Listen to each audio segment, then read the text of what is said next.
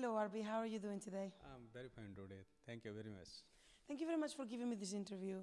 I wanted to talk to you about the CSP industry in India particularly. How are things going right now? Yeah, it's very promising and looking up. In India, CSP is going to be the main component of renewable, which is targeted as 20% of the total energy consumption, and CSP is going to be the main component of that. So tell me, you work for Acme. What have you been doing in the CSP so far? Acme main business is in telecom, but we have also diversified with full force in solar energy, and CSP is our first baby and we like it very much, and we are doing quite number of commercial projects in CSP technology.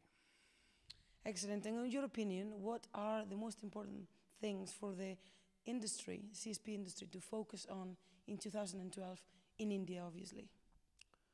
First and foremost thing is, already we have, Government of India has awarded to different developers close to 1000 megawatt capacity, and those projects have to come during this period, that is 2012 and early 2013. Because if there is failure in those projects, that will be major setback to the CSP industry. So, successful implementation of these projects is first and foremost as far as Indian context is there. And what would you say are the biggest difficulties right now to actually reaching, the goals of the National Solar Mission? Biggest difficulty is implementation of solar mission, because tariff has been hammered down to unreasonable level. That was never conceived even in solar mission document, but somehow during implementation of the program, they find that this is the only way to cost discovery, and that is distorting the tariff structure of CSP. In India, CSP cost has not come down in the same proportion as PB.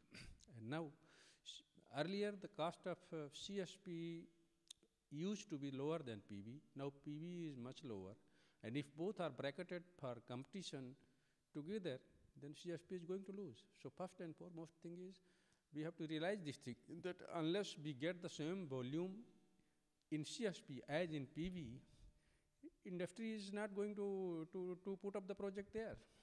And that is a big challenge. That means we have to give tariff and support the CSP industry during the initial stages. That is what is being done in other countries also. I think India has to follow suit. And in that sense, what is the difference or the value proposition of CSP versus other energy generation systems?